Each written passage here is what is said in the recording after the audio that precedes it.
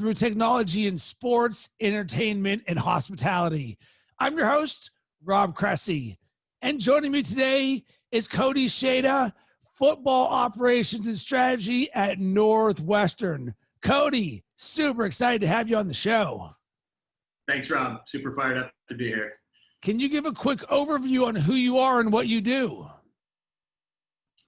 Yeah, my role is as director of football operations and strategy is to be our head football coach's right-hand man, to help him create and execute the vision for our program and overseeing every area off the field, which includes recruiting, operations, logistics, short and long-term scheduling, and budgeting.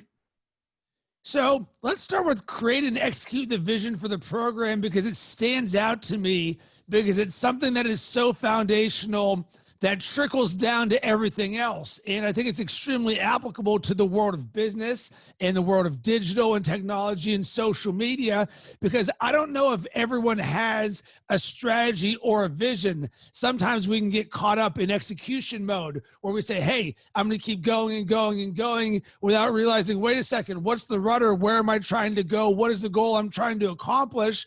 So help me understand at Northwestern and with the football program, how the vision is set, because I think there's a lot of good things we can learn from that. Yeah, it's your point. We're trying to figure out the destination of where we're trying to go and the best way to get there. And like you said, to try to figure out that the best rudder to help us get there. So we look into the future, into 2023, 2024, and how we want to try to better differentiate ourselves with recruits, with fans. We try to think about different ways that we can do that. And historically, we've done it in creative ways on social media. With recruits, we've developed very strategic plans on how we're going to communicate with them that is very different from a lot of our counterparts across the conference and our academic peers. And in other areas of the program, we're always looking for what's next and how we can get there before everyone else. So one example of that is a couple years back, we realized that there was all of this data that was being tracked at the professional and collegiate levels with Pro Football Focus. And we were one of the first programs to implement Pro Football Focus to look at some of our own personal tendencies and then our opponent tendencies, and to try to use our data to make better decisions and to improve our game plan and our overall management of the program. I think one thing that's important becomes the culture and the mindset of this, because I don't believe every organization or team is forward thinking enough to say, wait a second, how can we differentiate ourselves? How can we find and look for what's next? How can we use data? So take us into sort of how that manifested itself or came to be. Pat Fitzgerald, our head football coach, has really set the tone in our organization that he wants to do everything we can do within the rules to win.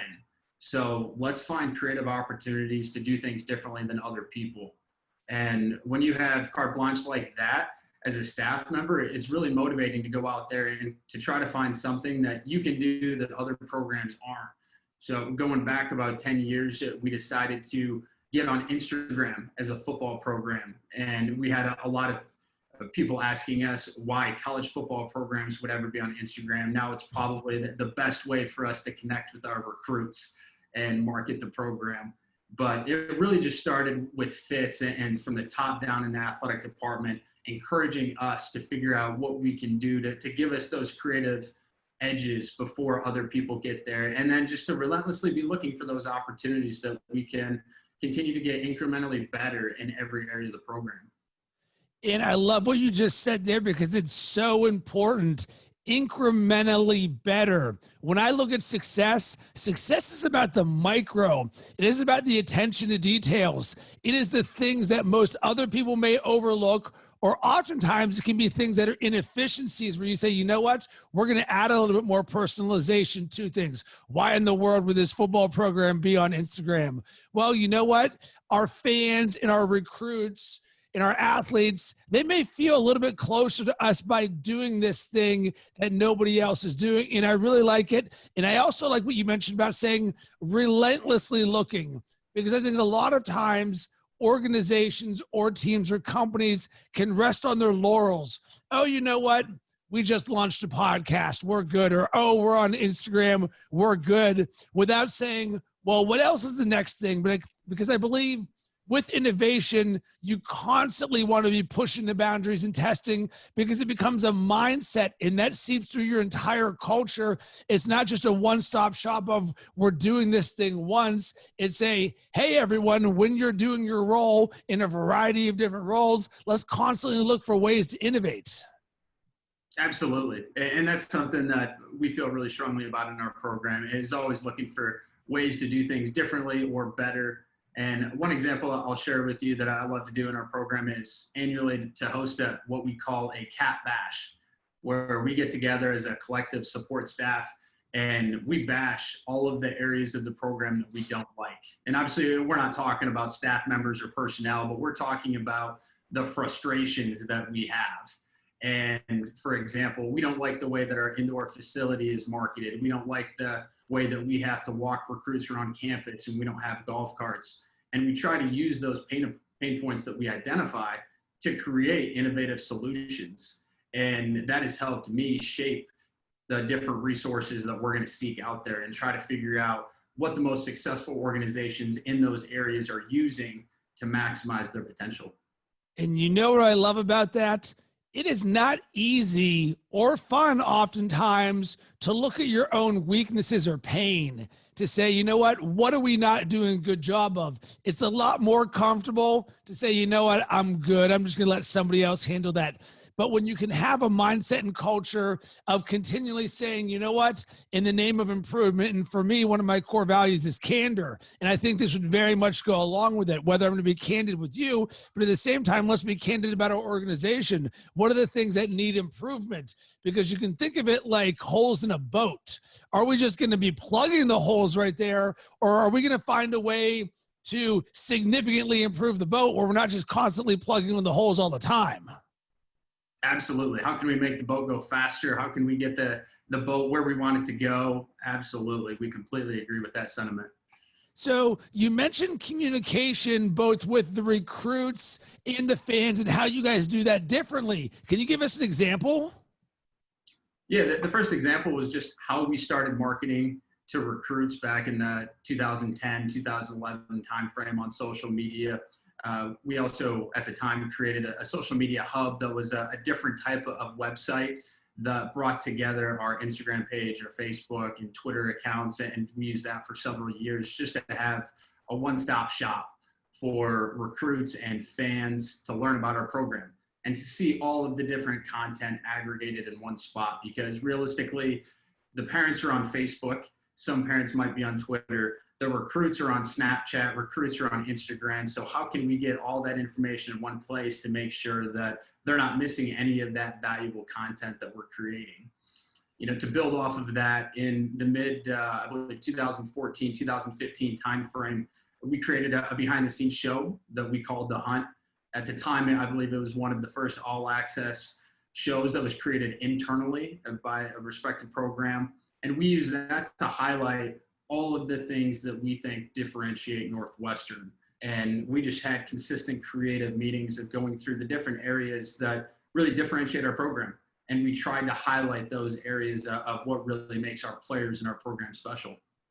You know what I find so interesting about this is Pat Fitzgerald's role, among other things, is to essentially win games and get the people to a program. But look at how many things that we just talked about that blend into his world in the outcome, because you're talking about how you engage fans and recruits. Well, why in the world does that matter? Because the recruits are going to see the stuff. So now we need the social media and we need the content hub and we need to be forward thinking. And while many people may just see this as an X and an O's thing, this is like an entire business and organization designed to help achieve a specific desired result on the field. Yeah, you're exactly right. And don't let his title confuse you. He is the Chief Executive Officer of Northwestern football, and he spends the majority of his time managing all these different areas of the program, and not only just managing the current and the former players, managing the staff, but then managing all of these different departments that we just referenced. How important is it that Pat Fitzgerald is like that, as opposed to What if there was an older school coach, someone who might be 70 years old, not as technologically savvy, not as relatable to the recruits and athletes to the modern day right now? What sort of advantage do you think that is for Pat, or a disadvantage to potentially older coaches? Yeah, I think there are some coaches like that in the industry. And in those situations, you have to have very strong individuals on your staff who can take over those areas on the head coach's behalf, albeit a offensive coordinator, defensive coordinator, or recruiting area. But to your point, I think it's a distinct competitive advantage for Northwestern football and for Coach Fitz to be able to connect with these recruits, because realistically, what is the main question that prospects and their parents want to know? Who is the man responsible for running the program? And that ultimately comes down to the head coach. And realistically, as a prospect, as a recruit, why are you going to decide where you're going to spend the next 4 years if you don't know the person who is shaping the program and shaping what your life is going to look like day in and day out? You know what I like about the Northwestern football program is there is a perception from my side of things of doing things the right way, getting more done with less, overachieving, effort. There's a thing about it that's wonderful, and I think it speaks volumes of the Northwestern program and how Pat Fitzgerald consistently gets the most out of it. And I think it's a unique value proposition, and it really speaks to how great you guys are, because not every organization is like that. But every year when Northwestern comes, it's not going to be easy to play against them, and typically the results are better than they're better than you expect. Absolutely. And I think that is Fitz's trademark at Northwestern. It is what most people on the outside would say, doing more with less. And that's something that we take a lot of pride in. We really enjoy almost that underdog, David versus Goliath mentality of, we're going to be different than anybody else, and we're going to use that as a competitive advantage. We're going to use that to beat all of these other programs on recruits, or to your point, on Saturdays on the field when people aren't necessarily expecting us to dominate the way that we have in recent history. Because oftentimes those are little micro details where one team overlooks another team, whereas one team is hungrier, they're more disciplined. And I love the psychology of football and success and leadership, and I just get excited about it. Here's a question that I have for you about the current landscape that we're dealing in right now, the challenges of college sports and how you guys are able to respond to them. I think obviously over the last 6 months, we're in an unprecedented time of a lot of uncertainty. And I'm curious how you guys handle these new challenges. As I mentioned, Fitz is our CEO. And I think one thing that really speaks volumes to him and his leadership ability is how he engages all the various stakeholders in times like now, when you have so many different people who touch the program who are impacted by what's going on. And Fitz does a tremendous job of developing relationships with all those different individuals. So not just current players, former players, staff members, but donors, media members, everybody who touches our program, and getting to know those people in a way that he can reach out to them and he can have candid conversations and people can be unfiltered with him. And once he gets to the bottom, and as a program, once our staff gets to the bottom of whatever issues that we're facing or we're navigating, then we can work through it and we can prioritize the biggest issues and the biggest concerns that we have. And we can systematically work down those priorities and make sure that we address all the concerns and all the issues that we're facing at the moment. So can you really systematize the unexpected new challenges? So like with everything that was going on right now, it's difficult for a lot of organizations to be like, oh man, what in the world do we do? But I know on my end, the one thing that I'm defaulting on, the thing that I'm working most on, is systems and processes, because systems and processes are the things that are scalable and allow you to grow in an uncertain times. At least your wheel can keep on going. Yeah, absolutely. And that's why for me personally, I use a lot of lists. And if you come into my office, I have a large whiteboard that's probably 15 feet wide by 6 feet tall. And I have every single department in our program listed up there with items underneath it. And whenever we're navigating situations like this, I always look at that board and I always try to anticipate how those different departments, how those different stakeholders are going to be impacted by what's going on, albeit the COVID situation we're navigating, the social injustice, and we try to make notes on all of those different areas. And we try to make sure that we're at least thinking of all the different potential disruptions and potential solutions. So that way, if something does come to fruition that we have to work through, then we're prepared for it and we're not necessarily just reacting on our heels. Yeah, one of the quotes that I like, prepare for what's difficult when it's easy. Not saying that it's easy right now, but if you can have in your mindset and your culture, you know what, we are going to be prepared for rougher waters. And if and when those come, you know what, we're going to be good. It's not always the most fun thing to do right now when you're like, well, everything's going good. Why are we doing this? But guess what? I think that that's what forward-thinking organizations do, is they prepare for all of the different contingencies. Let's jump over to the technology side again, because I'm interested in that. And I think about football, and we used to see the quarterbacks, they would have these printouts of just like a single play on there, and they're diagnosing them. And now we're seeing the Microsoft tablets, and things are done in real time. From your perspective, I know we talked about the data. What else is there that has caught your eye that we should be paying attention to on what's on the horizon from a technology standpoint? Sure. I'm a big fan of Pete Carroll, and one of his phrases that he's used over the years is to learn the learner. And as a football program, we try to learn our players and our recruits and how they best learn.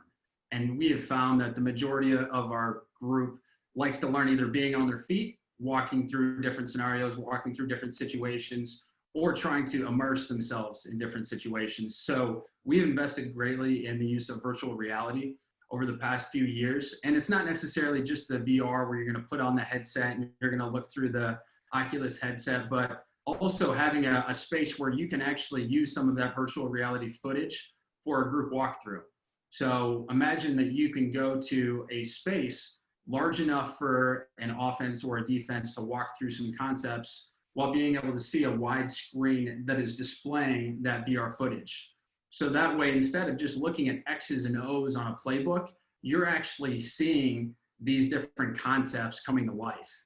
And you're sitting there walking through different offensive or defensive concepts or stunts, and you're saying, this is the complication with installing this. This is what you need to know. And you can teach so many more of those nuances because of that type of technology. And building off of that, trying to create different ways that you can be a better instructor to the players and to the staff members when they're away from the program. Because at the college and professional level, we have a very limited amount of time with the group. So how can we create tools that they can use to quiz themselves and to study beyond just having a playbook that you flip through and try to memorize? Like, realistically, how can you make that fun? And there's one terrific solution out there right now at our level. It's called Learn to Win. It's being used in college athletics. It's also being used by the government to train pilots. And I think it's a great tool out there that essentially meets the learner where they are and gives them the opportunity to invest as much time as they want, as they're willing to invest to get as good as they can be in that area. Is there gamification of learning a playbook? There could be. I mean, we could easily build our playbook into Madden or into, I guess, NCAA 2014, because it's been a couple of years. Well, or because a lot of times when trying to learn something, if you can gamify anything, and I'm just trying to think of how much someone would want to learn. Let's say someone's a new recruiter, they transfer, and it's like, boom, I got this giant playbook there. Instead of this daunting task of I've got to read 500 pages, what if there is a way that attributes a score? Like, what I love about gamification, I think about something a friend of mine told me years ago. He's like, I downloaded this casino app and it was free. And every day that I came there and I pulled the lever on the slot machine, every consecutive day I did it, I got another multiple. But if I didn't come back the next day, I lost the multiple. So it was like at one point I got to 24x, and I was like, well, I'm not going to not come back the next day because I don't want to go back to zero. And upon that moment, a gigantic light bulb went off for me. I was like, ding, ding, ding. All right, what can we do to gamify things? And I look at the way that communities are being built right now. Peloton is doing a great job of the way that they're gamifying fitness and we're wearing trackable. So I've got like an Apple Watch on right now. So we're putting a number on my walking and my activity level. So could the same thing be done for ramping up someone to your program in a way that's going to help them learn more? Yes, absolutely. And when I look at our demographic that we work with, they're primarily 18 to 23-year-old, highly competitive, highly successful males. And the more that you can make it a competition, the more that you can pit players against each other in a positive way, the more they're going to engage with it. And to your point, like the more that they're almost going to get addicted to that challenge and that opportunity to learn and get better. Like, can a playbook be more interactive? And I've never looked at a playbook and I don't know anything about them, but I have built courses and I do teach people. So if you're trying to get a concept, would there be a way where Pat Fitzgerald, if we're going to get to the next section of the playbook, boom, here he is on video and he's like, I got a quiz for you. What would you do in this scenario? Sort of like what we see on when John Gruden was doing the football thing on ESPN, where he's like, hey, drop me on this play there. Is there a way that you could all of a sudden make it more interactive by creating some upfront content that could then be repurposed? Yes, absolutely. And one recent example I can share with you is that over the last 6 months, we've had all these virtual Zoom position meetings. And one thing our offensive coordinator implemented that's been terrific is Kahoot quizzes. So our offensive quality control analyst would go in and would input all of these different plays and would quiz the players. And they get more points based on how quickly they respond. And we did that for a series of months, and our players absolutely loved it. They were trash talking each other. Coaches were giving the players a hard time if they weren't getting concepts. For example, our offensive line coach was giving the wide receivers a really hard time if they didn't understand the run game concepts. So it was a really positive way to one, just infuse some fun and positivity into the program, and two, to really make sure that players are engaging with the material you're giving them, and they're not just sitting there nodding without actually understanding the concepts you're sharing with them. Because for you, you can have a better athlete if you're able to identify, wait a second, that guy has a 58 score. We need him to be at a 75. Whereas he may have just said, you know what, I'm reading the playbook, but all of a sudden the quiz is telling you he's falling behind. So now you could put more resources into ramping him up. That's exactly right. And if you just sit in our quarterback position meeting room, that's what our offensive coordinator does. He really just quizzes the quarterbacks constantly. And it really is pretty revealing in the Kahoot quizzes, but then also in those meetings about who is on top of it, who can respond quickly, and who can realistically respond in the heat of the moment in the game and know what's going on and know what the correct answer to the problem is. And two last things here. One, we've got to give a shout out to the Northwestern fans, and we've talked about some fan engagement, but what do you see as the opportunities right now to continue to build the Northwestern community and fan base in these uncertain times? I think Northwestern football is a very compelling story that most people still don't know about. So the best thing that we're trying to do on a day-to-day basis is just create more and more exposure into our program and seeing behind the scenes. And obviously more programs are doing that, but we're trying to do it in a way that we can actually show you what's going on inside of our coaches' position meeting rooms, what's going on inside of our staff rooms. Realistically, like the head coach of your Northwestern Wildcats, what is he like on a day-to-day basis? Is this the same man that you see on the sideline? Is this the same man that you see in the post-game press conference? And what we start to show, what we need to continue showing, is the fact that our program is full of people who are really passionate about the Northwestern community, who are really passionate about winning games in the Big Ten and becoming Big Ten champions. And we do it the right way. And we have really intelligent, really motivated players who are really, really fun kids to be around too. So it's been a really fun challenge to try to better educate our fans and even people who might not know as much about the program about why they should support Northwestern and what makes Northwestern so special. Last question here. You mentioned the Pete Carroll Learn the Learner. Is there something that Pat Fitzgerald has taught you that you could share with us? He's taught me so much over the years. It's pretty difficult to narrow it down to one thing. I would say that the biggest thing with him that he has shared with me has been the concept of learning the difference between mouse turds and elephant turds. So when you're navigating problems, right, diagnosing the severity of the issue and dealing with the most serious serious issues first, and systematically working through those to make sure that I don't get bogged down dealing with a lot of the small details that really don't make much of an impact in the program. And that's an approach that I've really used in operations and recruiting and in every other area of the program, and really trying to make sure that we are focusing on the most important task at hand at all times. And I can tell you that is always a challenge, and it'll never stop, because our get to do lists are only going to continue to increase. So our ability as leaders and organizations to say, wait a second, how good can I get at prioritization, knowing that that is always going to be changing. That's exactly right. And actually, I'm going to share one more with you if you don't mind. It's really good. Let's do it.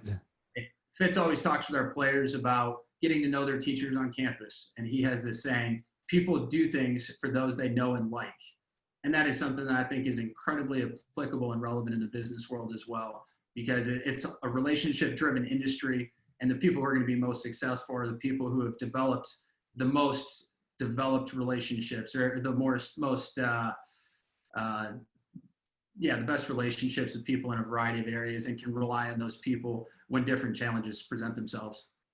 And welcome to Marketing 101, that people do things or work with people that they know and like, and we can even take it to the next level, love. So how can you create these opportunities? It's like, well, you know what, Rob, social media doesn't work for us. Really? Is it social media, or is it the messaging around it and the various opportunities? It's why we do this podcast right here, because you can feel us. We have the ability to have a conversation so you can know and like us, but more importantly, so that we can deliver value for you. And then we say, what are the various ways that we can continually do that, so that we can continue to show up in your life and build that relationship? Because at the end of the day, organizations, companies, and people, we want others to think of us like we are their friend. Absolutely. And that is exactly what we try to accomplish on a day-to-day basis with our current players, with our prospects, and with our fans. Cody, really enjoyed this conversation. Where can everybody connect with you? You can find me on Twitter and Instagram with my first and last name, Cody Shada. And as always, I would love to hear from you about this episode. There is so much good stuff here, but you know what I want to know? I want to know one little nugget or euphemism, like Cody shared with Learn the Learner. Doing this would allow us to give knowledge to each other in this community, because I think there's so much goodness inside each of us. You can hit up FanFood on Twitter at FanFood On Demand, on Instagram at FanFood App, or on LinkedIn. And as always, you can hit me up on all social media platforms at Rob Cressy.